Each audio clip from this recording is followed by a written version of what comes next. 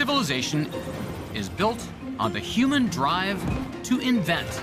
We take the raw stuff of our planet, the materials that give names to the ages, stone, bronze, iron, and more, and craft them into new forms, expanding our horizons, exploring hidden worlds, and engineering life-changing technologies. Always pushing the limits to be colder, faster, safer, wilder, and now a new era is upon us. As scientists turn for inspiration to the ultimate inventor and engineer, nature.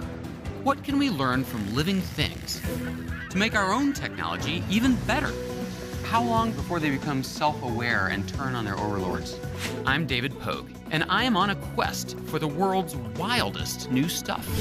From a carnivorous tropical plant, little shop of horrors, to an elephant's trunk, little elephant snot for you, there's a revolution underway as scientists borrow the best ideas nature has to offer. I feel like an outtake from Ghostbusters. And put them to work, creating a robot as big as an ox. LS3, get up. And just as sturdy on its feet. The power! Even teaching viruses to make batteries. Come on! Nature has been making stuff for billions of years. What happens when scientists open up its toolbox to make stuff wilder?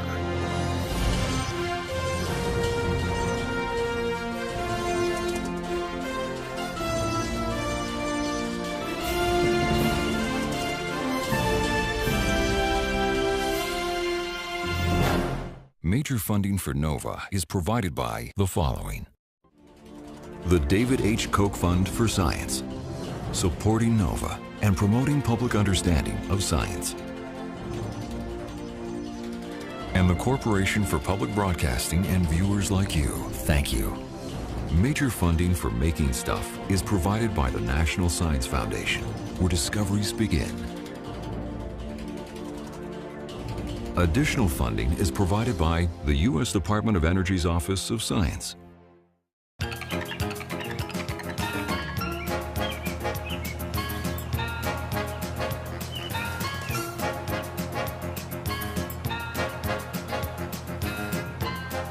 We humans love to invent. We've been doing it for thousands of years. But how many of our inventions really stand the test of time?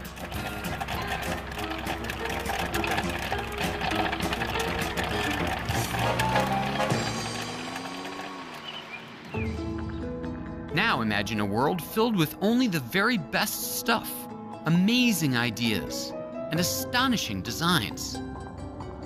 Each one the result not just of years, not of decades, but millions of years of research and testing in an environment where the competition can be ruthless.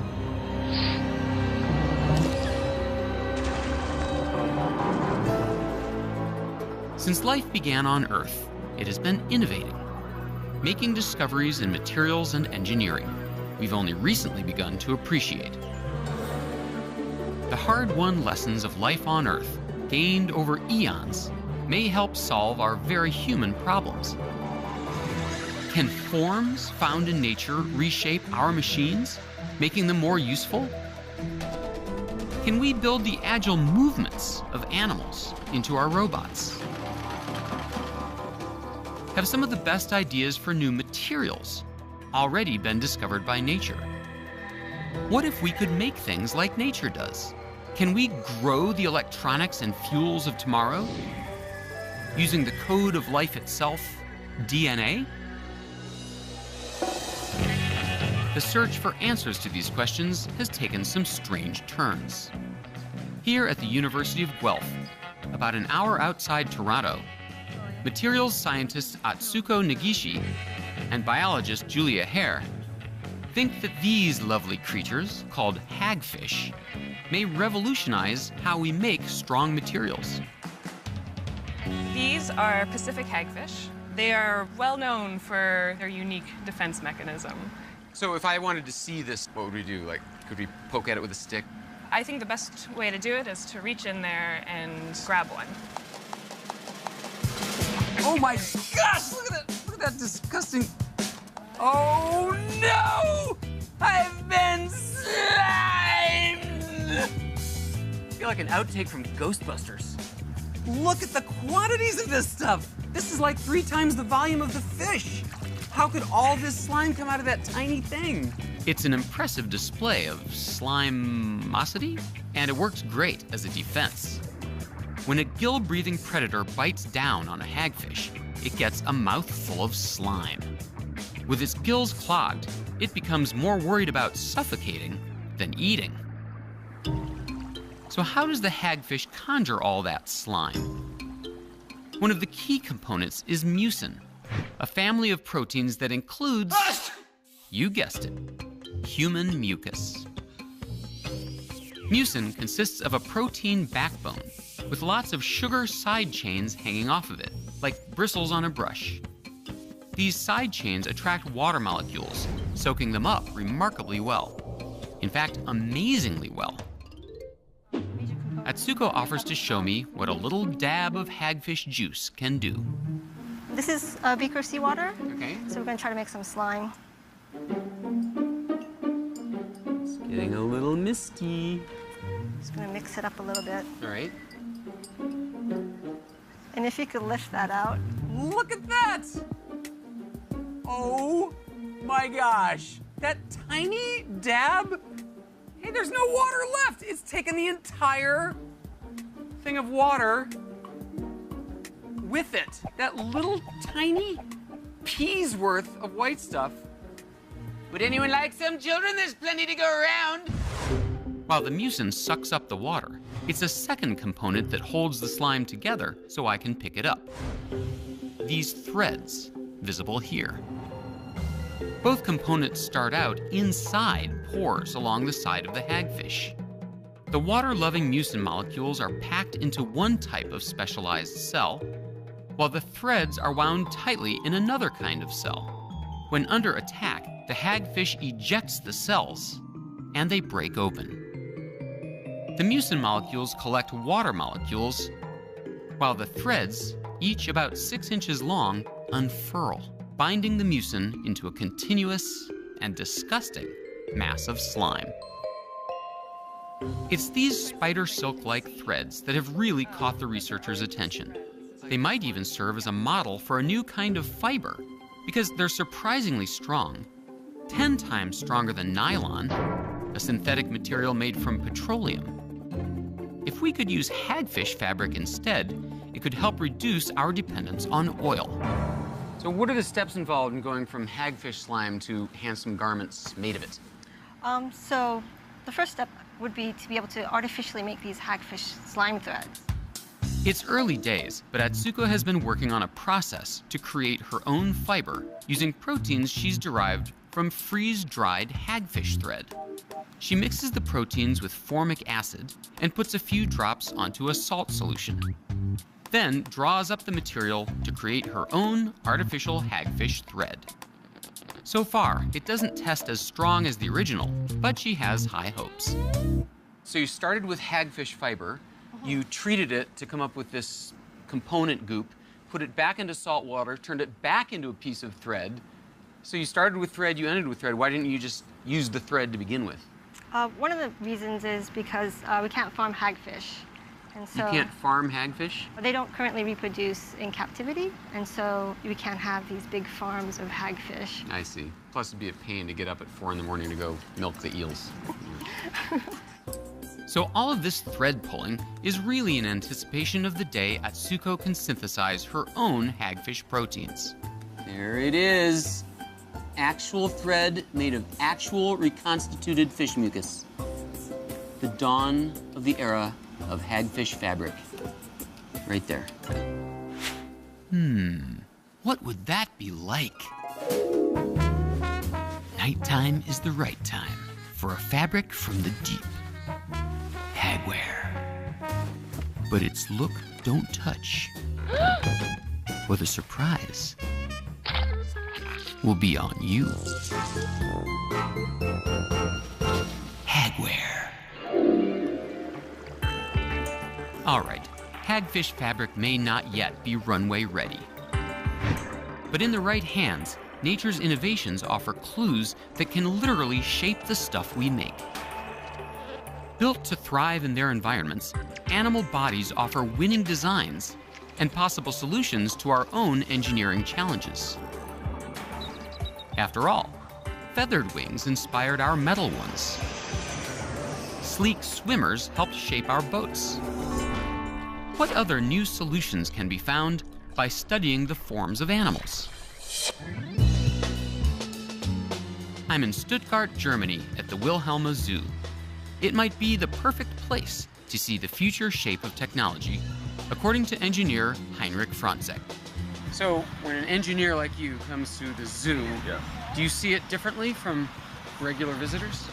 I think so, because we want to get inspired by the nature, and here in the zoo, there's so concentrated a huge variety of animals, all optimized for their applications, and we are thinking in applications, so this is a paradise for an engineer. Heinrich works for an automation company trying to improve one of the most important inventions of the 20th century, the robotic arm. It's been revolutionizing factories since the first one was introduced in 1961 at General Motors. But robotic arms have some problems. Just like the one on humans, the traditional robot arm consists of rigid parts joined together, often limiting its programmable motion. They're also dangerous. Get hit by one of these, and it's lights out. So robots often end up behind protective fences, unable to work closely with humans. The German automation company Heinrich works for, Festo, decided to reinvent the robotic arm, making it more flexible and less dangerous. Heinrich leads me to the source of the inspiration, and it turns out maybe the best arm is a nose. So why would you look at an elephant's trunk and think this would help you with automation? As you can see, it's so flexible and transmits a lot of force and makes it much more easier to handle things. And this is our business, handling things. So to automate a factory or a process, it makes sense to look into nature and to get inspired by nature. And the elephant is an excellent ambassador for that. Thanks to Sella, a 47-year-old Asian elephant, I get a little first-hand experience with what an elephant packs in its trunk. Little elephant snot for you. An elephant trunk is an impressive multi-tool, able to slurp up water. How does she collect the water? Wow! And squirt it. Breakfast is on. It picks up food like a vacuum cleaner, manipulates objects, and it's strong. Sella can use her trunk to lift over 400 pounds. No, that's my wrist. She could crush me like a bug, couldn't she? Yes, sir. Here, have some more peanuts. But the trunk's most impressive attribute is its amazing flexibility.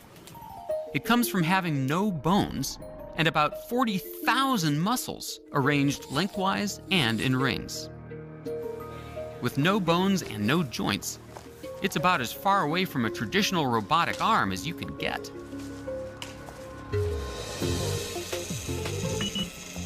I head to Festo's headquarters in nearby Esslingen to see their version of the elephant trunk. They call it a bionic handling assistant. Now this looks like a bionic handling assistant. Yeah, you're absolutely right. This is our trunk. Festo's version of the trunk is made of plastic, with a series of air chambers inside. Filling different parts with compressed air causes it to bend. So if I want it to bend that way, We need a tube with compressed air for this expansion, and then you get this bending to the other end. so this blows up like a balloon. Yes, for sure. They're testing the assistant with this simple motion for use in a packaging operation. Look at that, it tucks it in nicely. Well done, Dumbo. But it is inherently more flexible than a conventional arm, and, just as important, far safer. We don't have electricity, we don't have steel and iron and all these masses which could damage person. It's a weight of 5 pounds, some valves, a little control system. So there's really nothing here but plastic tubes and air. Yeah. Does it do tricks? In this application, the tip of the trunk works by suction. But Festo has experimented with what it calls a fin gripper, inspired by fish fins. If you push on the middle of a tail fin, it doesn't curl away from you, as you might expect. It curls toward you, giving a fish much more efficient strokes. But Festo has built that principle into a gripper that curls around the object it needs to pick up, adapting to the shape. So it looks to me like you're about to demonstrate how this might work. Yes, we have 2 different gripping devices, one with a fishtail, and this is a traditional one the robots are using. Can I see these things close? Sure.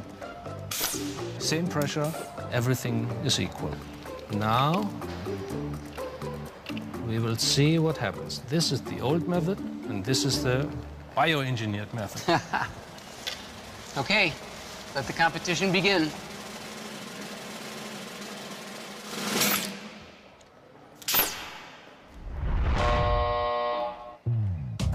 Look at that!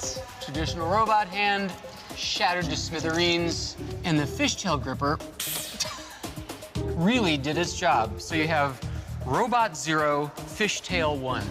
You've stolen from nature and done a great job. Thank you very much. They'll edit all this out. Combining the fin gripper with the elephant trunk produces a flexible, lightweight, and safe robotic arm, ready for all sorts of applications. Oh, Here it goes. Biomimicry, nowadays, it's part of the design process here at Festo. Cross-thinking, get inspired by nature, and to transform these ideas into industrial applications. May I? Thank you. Festo's handling assistant steals its form from the elephant trunk. But Festo isn't alone in adapting designs found in nature and applying them to industry. The beak of the kingfisher bird breaks the water with very little resistance, inspiring the shape of this Japanese bullet train so it would cut efficiently through the air. The shape of the yellow boxfish provides a rigid structure and has very little drag for such a large volume. All reasons Mercedes-Benz used it for the design of a high-efficiency concept car.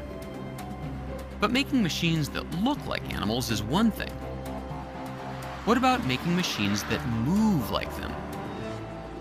For thousands of years, when we've invented new forms of transportation, many have been based on a human insight not found in nature at all: the wheel. But there are plenty of places wheels can't go, even ones wearing a belt of tank tread.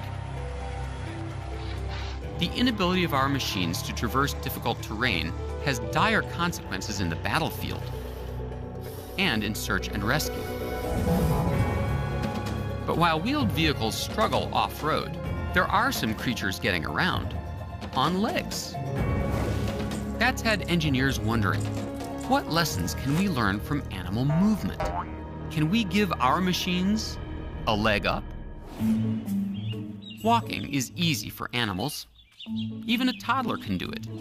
Excuse me, sir. Put them back together right And now. thanks to movies, creating walking machines seems easy too. She's been trying to get you on the video. Just look at C-3PO from Star Wars. Oh, nice to see a familiar face. Ichuta. How rude. Or its walkers. You'd think the problem's been solved. But in real life, it's hard.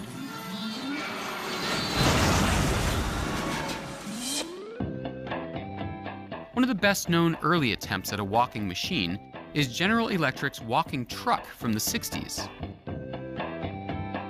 It even tackled uneven terrain, but it took a human operator to decide where to place each foot, one at a time, an exhausting task. By the 70s, computer control automated the walking motion in a series of crawlers built around the world, though still driven by human operators. These kept a tripod of legs on the ground, maintaining stability at all times, a system called static balance. They moved slowly, like a walking table. But in the 1980s, a very different approach gained ground. I've traveled to Massachusetts to visit a company that builds robots based on that work. The company's founder, Mark Raybert, has been building walking robots for over 30 years. Early on, he steered away from the static balance of walking tables.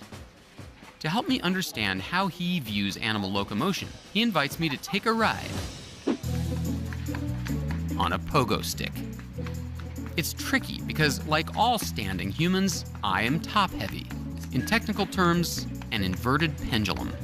Here's a normal pendulum, right? If you swing it, The weight just at the hangs bottom. down. Yeah. But if you put the weight at the top, what happens? If you don't do anything, it tips over. But if you move the point of support, you can keep it balanced. If you're top-heavy, staying balanced requires keeping your base of support under your center of gravity. That's what Mark is doing by shifting the bottom of the broom as it tips. That's what I'm doing by moving around the pogo stick. And that's what all of us do all the time when we're upright.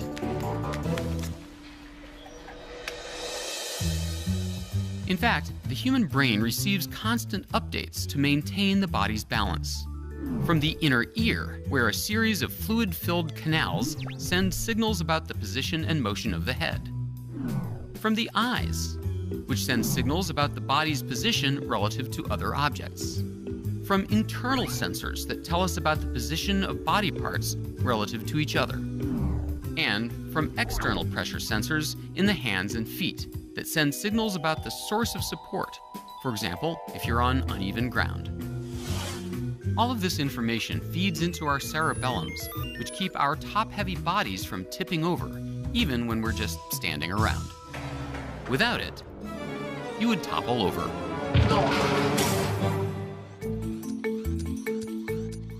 To Mark, we are less like a static table and more like a pogo stick. To focus on the problem, he built a robot that had only one springy leg. It constantly calculated where its weight needed to shift to stay upright. Very pogo stick-like. Even when he added more legs, he kept the bounce in their step and an active sense of balance.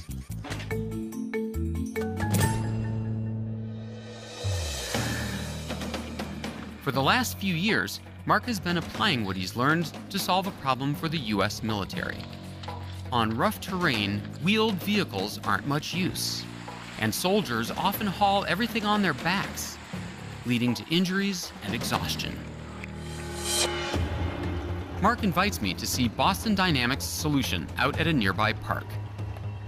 Meet LS3, also known as Alpha Dog. It's designed specifically for rough terrain, anywhere a soldier might go on foot, and it carries 400 pounds of gear along with enough fuel for a 20-mile mission. So Dave, in this mode, the robot's following the leader. He's got a backpack on that has some reflective stripes on it, and the vision system focuses on that, and then it records what path he takes through the terrain. Is it modeled after a particular animal, an ox or a horse? Not really. We take inspiration from how animals are designed, but then we have to use human engineering tools and human materials.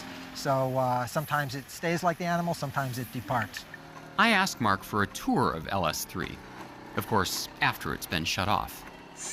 So this is the leg, and it's got a muscle here, or the actuator, which causes it to move. This muscle moves the knee joint. The computer is really the equivalent of a laptop-style computer. So, you know, all the balancing is done in that computer, all the speed control, all the turning. There's a laser rangefinder here that provides 3D depth information. There's a set of cameras here that look right in front of the robot and provide information about the shape of the terrain so that the feet can pick the best places to step. The legs themselves can feel the forces that are exerted at all the actuators. Well, does it ever slip, and what if it steps on an oily leaf or something? It slips, and frequently it corrects for those slips. So the goal is to make it so that the feet can slip and the control system recognizes that it's slipping and compensate by using the other legs. Lots of cool tech on LS3, but my favorite feature? Voice control. Power on, engine off, sit, get up, and get me a beer. That's a good one. I like that. LS3, get up. The power! LS3, follow tight. What a good boy!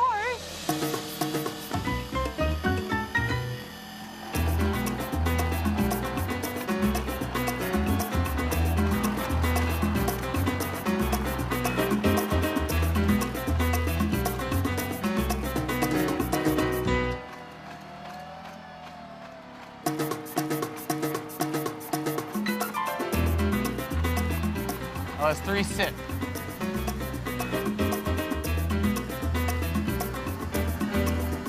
LS3, power off.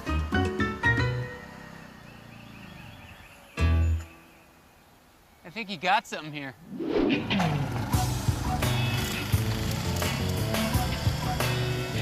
Nice. In a final test of LS3, Mark has it follow the leader up a steep incline.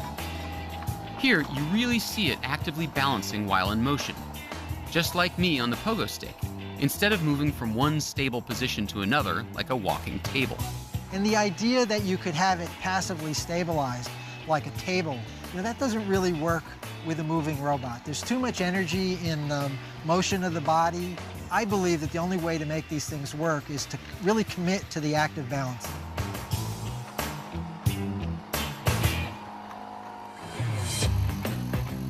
LS3 isn't really built for speed. It trots at about 5 miles an hour. But what would it take to make it go faster? This is the Cheetah. Just like the real deal, its back flexes with each step, increasing the stride of its gallop. Right now, it's the fastest robot with legs in the world. But start looking over your shoulder for the next generation, Wildcat. It's designed to be untethered. Four-legged robots have their uses, but events like the recent Fukushima nuclear disaster have renewed interest in the human form. Radiation kept people at bay, away from all available rescue equipment, from cars to power tools to shut-off valves. But imagine if there had been an easily controlled humanoid robot to operate them. Robotics engineers have been working on that for years. In 2009, Boston Dynamics introduced Petman, a robot that balanced itself, walked, and even did some calisthenics. Over the last few years, Petman has evolved into Atlas, which has even more mobility. Just like LS3, it actively balances itself all the time.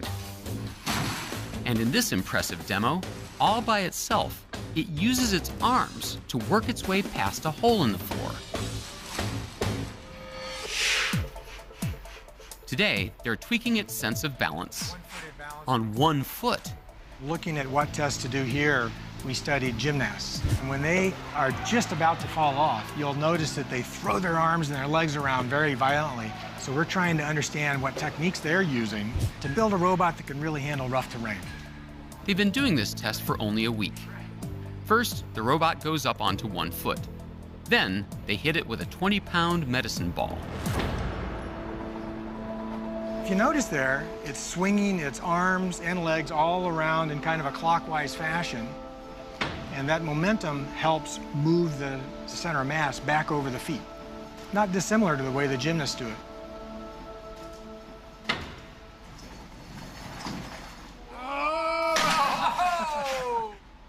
Now let's see some human dynamic balancing. The robot's blind. It doesn't know the ball's coming. So we don't want you to know the ball's coming either. And so we've got a little blinder there for you so you don't see the ball coming. Oh, great. So I don't know when the ball's coming. That's right. I have a feeling if your stinking hunk of silicon and hydraulics can do it, I can, of course, do it too. That's right. Side by side, it's hard to say who does it better. The Atlas seems more stable, but I have a few other tricks up my sleeve. I admire your robot, sir. Well, I admire you wearing those glasses on public television. We'll be seeing more of this guy. Atlas is the hardware used by 7 software development teams in an international rescue robot competition. But a single sophisticated and expensive robot like Atlas is just one strategy. What about a less expensive and less complex machine, but more of them? That's the idea behind Harvard University's RoboBee. It would take 30 of these to equal the weight of a penny. What happens when you move beyond having just one robot and instead have a swarm? In the future, swarms of robots operating as a team might build our skyscrapers, or map uncharted areas, or scout out victims in disasters as robotic search and rescue teams. But in order to do any of that, engineers must solve a problem nature solved eons ago. How do you get a group of individuals to work together as one? In nature, swarms often behave as if they have a collective intelligence. Whether it's fish schooling in the sea or birds flying in a flock, the members act in unison without anyone apparently in charge. Some of the achievements built out of this swarm intelligence are awe-inspiring, like this murmuration by thousands of starlings. Or these complicated towers built several feet high by blind termites. So what can we learn from behavior in nature about creating robotic swarms? Vijay Kumar and his students at University of Pennsylvania have been wrestling with the problem. They use a fleet of hand-sized quad-rotor robots, which they've learned to manipulate with impressive control. They can play the theme from James Bond,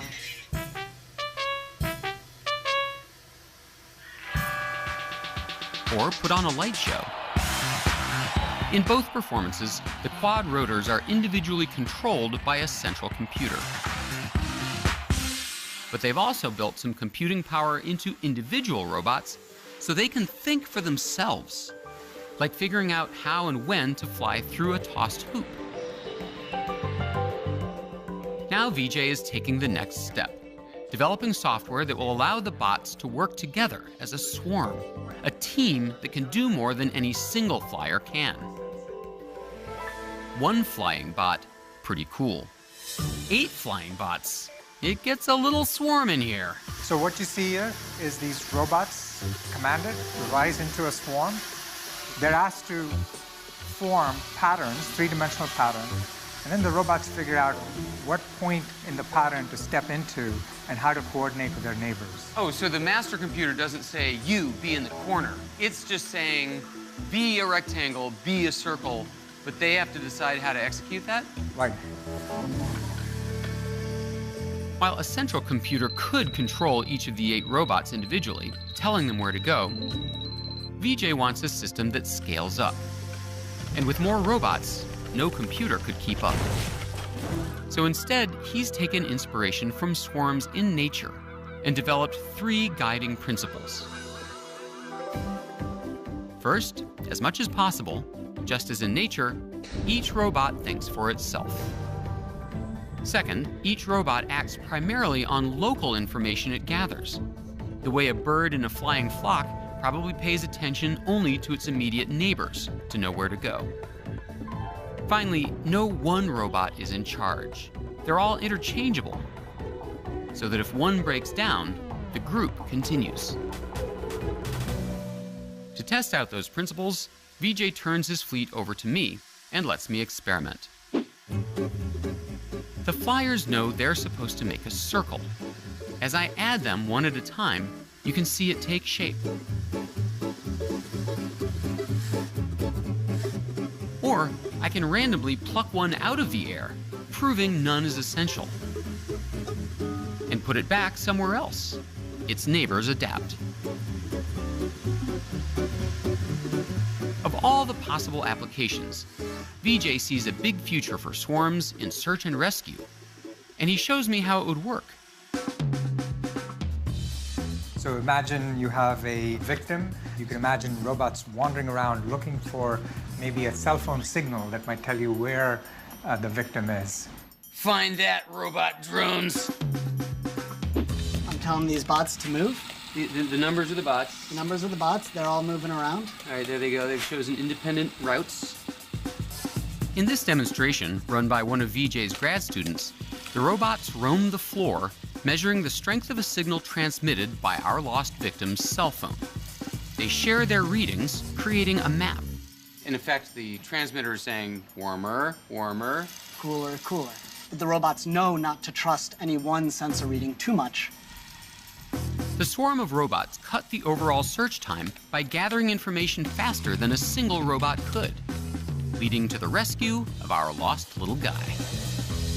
Well, right now it's a lab study, but this sort of illustrates one of the directions in which we want to go, which is you take very simple robots with very simple sensors, so they're inexpensive, you put them together, and suddenly you have the benefits of these robots collaborating to do things that they individually cannot do.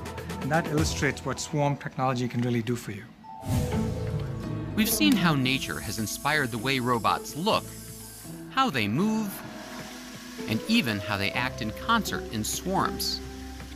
But living things have also inspired engineers on a more fundamental level, the very stuff we make things out of, our materials.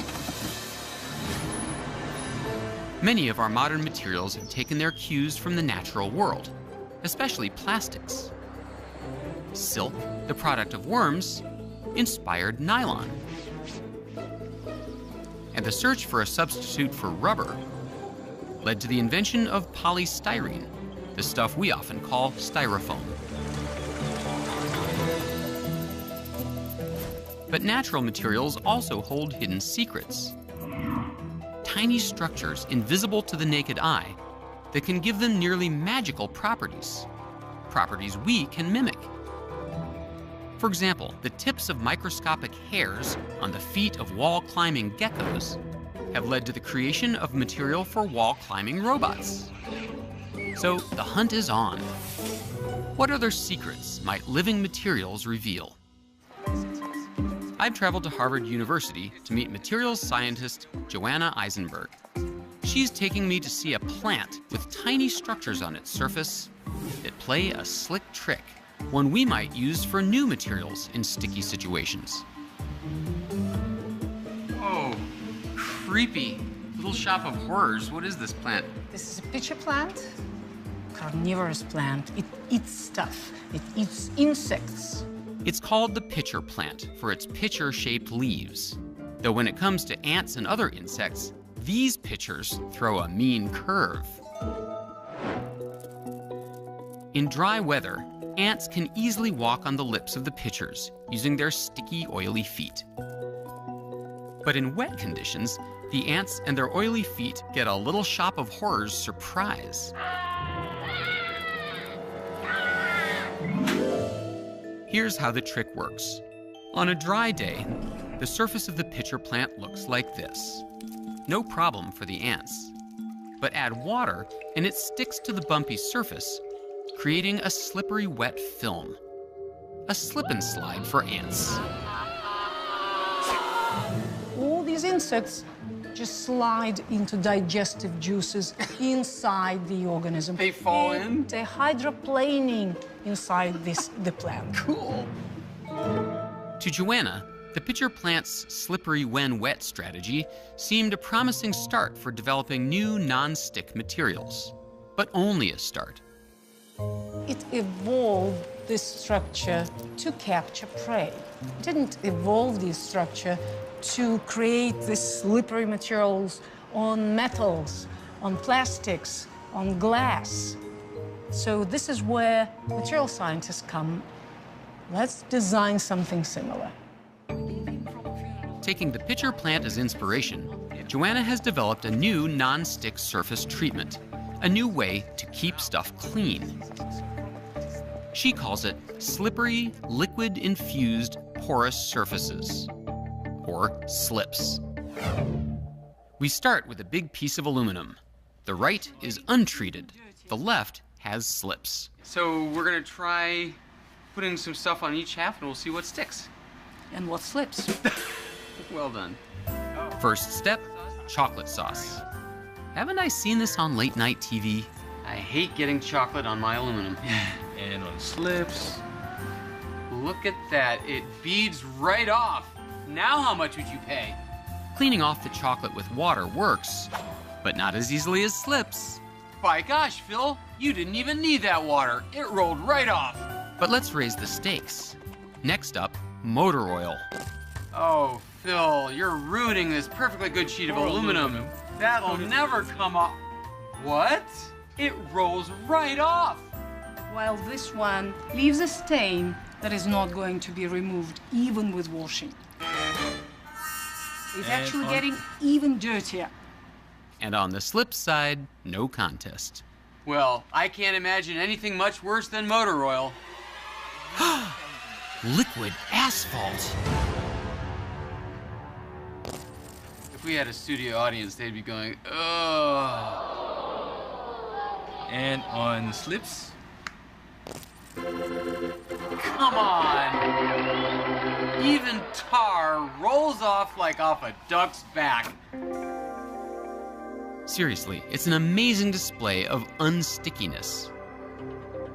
And it works in a totally different way than the current king of unsticky, Teflon. Teflon is a plastic polymer, a long chain of repeating molecules. It has a carbon backbone with fluorine atoms tightly bonded to it on the outside.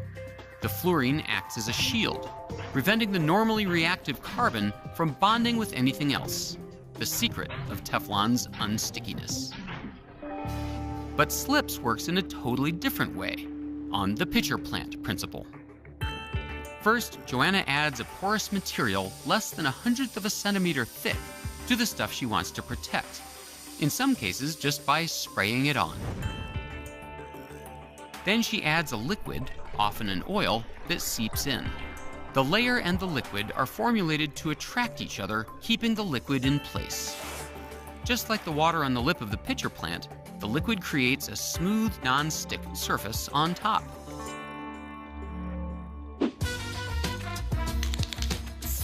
Joanna believes there are lots of applications. Graffiti a problem? Not on the side that's been treated with slips. Slips helps prevent ice buildup by repelling water before it has time to freeze. And if ice forms, slips defrosts more quickly, which may lead to applications in refrigeration and the de-icing of planes. It's a clever use of biology as inspiration. Why inspired is more taking some clever solution and maybe reformulating it in a different way, using something different that nature doesn't use, but the design is preserved. So slips would bear the label based on an idea by nature. That's right. And of course, the research continues. Rinse! Slips. It's absolutely repellent. Slips cleverly adapts one of nature's innovations. But increasingly, scientists have been asking a new question. Can we adapt not only the stuff nature makes, but also the way nature makes stuff? Today's manufacturing consumes vast amounts of natural resources while creating mountains of waste, some of which is toxic. Take paper. To make a ton of it, you start with almost twice as much wood and generate thousands of pounds of waste. The leather industry is even worse. 1 ton of finished leather requires over 5 tons of the raw stuff. Compare that to the natural growth of plants and animals. They take what they need to build their bodies. No blasting furnaces, no acid baths, no pounding machinery, and waste that recycles easily. What if we could recruit nature to grow the stuff we need for our technology? What if we could grow a car, or a computer, or a cell phone? Can we make our manufacturing more like nature's? MIT professor Angela Belcher may have taken the first step toward realizing that dream. Well, I'm really interested in how nature makes materials, how organisms in the ocean have evolved to use just the elements that they're in an environment to make really exquisite materials, like this abalone shell here. Angela first took inspiration from the abilities of the humble abalone, whose intricately structured shell is made in part out of calcium. Over the course of its life, the abalone takes calcium atoms from the ocean and slowly assembles them into its strong shell, a talent its ancestors likely developed several 100 million years ago. Which made Angela ask a question. If life could learn to build a shell with calcium, could it learn to build stuff using other elements, like the ones we use for our technology? It didn't seem likely. If you look at the periodic table, life primarily uses only 6 elements, along with a smattering of others. On the other hand, our technologies, our computers, our electronics, rely heavily on elements that nature largely ignores. Angela wondered, could she coax organisms into building stuff out of our high-tech elements? Let's say a battery? Batteries have 3 components: a negatively charged electrode, a positively charged electrode, and a separator called an electrolyte. To test her idea, Angela decided to make a negative electrode by growing it. But what creature would do the growing? She sends me down to the water, promising to show me the type of organism she recruited. I'm sorry, I did not actually manage to get any sea organisms in there. You did. There's actually tens of millions of viruses in the sample. Viruses? Is this one of those medical waste beaches? No, these are viruses that are a natural part of the environment, a really important part of the ecosystem of the ocean. It turns out that viruses are actually the most abundant organisms in the ocean. A teaspoon alone holds over 10 million of them. Viruses come in all kinds of shapes, but in some ways they're all the same. They're each a little bit of genetic material wrapped in a protective coating. Scientists have learned how to change the genetic material inside some viruses, altering their behavior, making some strains into popular and safe lab tools for research. For her work, Angela chose one of those safe lab viruses, which happens to be long and thin, a little like a pencil. This virus reproduces by latching onto a bacterium, injecting its DNA, and forcing the bacterium to produce millions of copies of the pencil-shaped virus. I have a model with me. This is what a virus looks like? Yeah, exactly like that. So I have a model here. Much better one, yeah. So this is designed to stab the bacteria. That's exactly right, like the pencil stabs. But you're going to teach it a new trick. Right. I'm going to teach it, instead of to bind to bacteria, to grow an electronic material. Come on! That's like saying, well, this is where I'm going to teach the rabbit to do microsurgery. The virus normally sticks to the outside of the bacterium it targets. But what Angela wanted was for the virus to bond with little bits of metal. And yes, that is weird. So imagine these are tiny bits of metal that's going to be part of a battery electrode. Now, this virus has not been repurposed yet, so it has no ability to bind this material. So there's no reason that it would bind these small pieces of metal. The stickiness her virus has for a material is determined by the virus's outer coat, which in turn is built by its DNA. So Angela had to change the DNA, rearranging its A, C, G, and T building blocks to change the outer coat so metal would stick to it. And you have the ability to modify, mutate their DNA? That's right. We're going to go in and we're going to add DNA sequences to them, but we're going to do it, add random DNA sequences. So it's like rolling a bunch of dice. Angela used a process called directed evolution.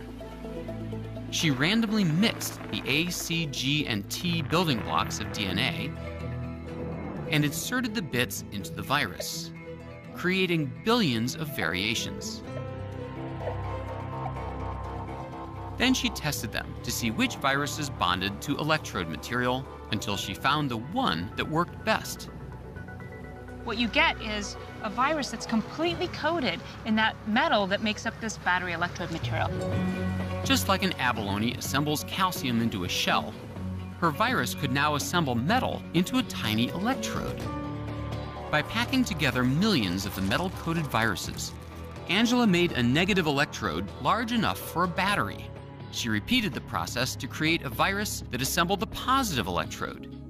Adding an off-the-shelf electrolyte completed her virus battery.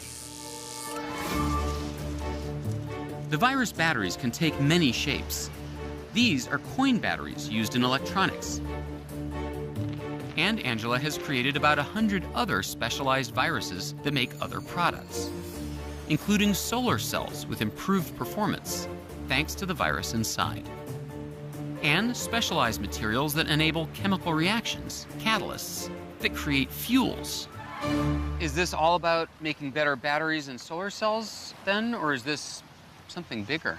Well, I think it's something bigger. It's a new way of manufacturing materials. Use biology to come up with new ways of manufacturing materials that have improved performance. So let's compare the old way versus the new way. Old way, high temperature, piles of waste, and lots of toxic byproducts. New way, room temperature, little wasted material, and few toxic byproducts, with a goal of none. As it emerges from the lab, Angela Belcher's work holds the promise of cleaner manufacturing and a new partnership between our industrial ambitions and the best manufacturer on the planet, nature itself. Form, movement, behavior, materials, manufacturing. All ways nature has led us to seek out new solutions to our technological problems in the amazing abilities of plants, animals, and even viruses. But while biology may also hold the answers to tomorrow's challenges and the hard-won lessons of evolution, it still takes the creativity and hard work of engineers and scientists to recognize them, combining the best of both worlds. That's making stuff wilder.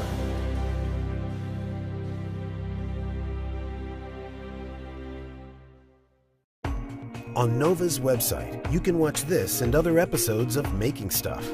What do you know about swarming bots, slippery carnivorous plants, and other wild things?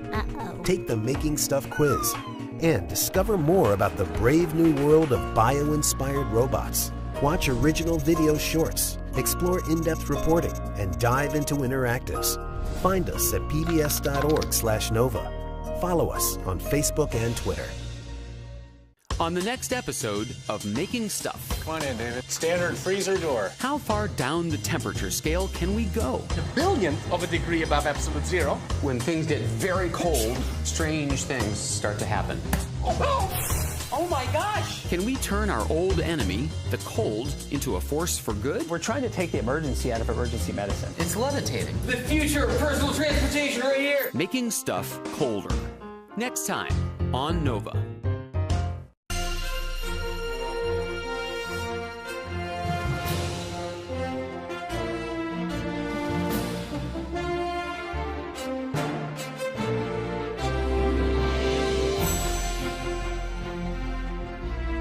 This Nova program is available on DVD and Blu-ray. To order, visit shoppbs.org or call 1-800-PLAY-PBS. Nova is also available for download on iTunes.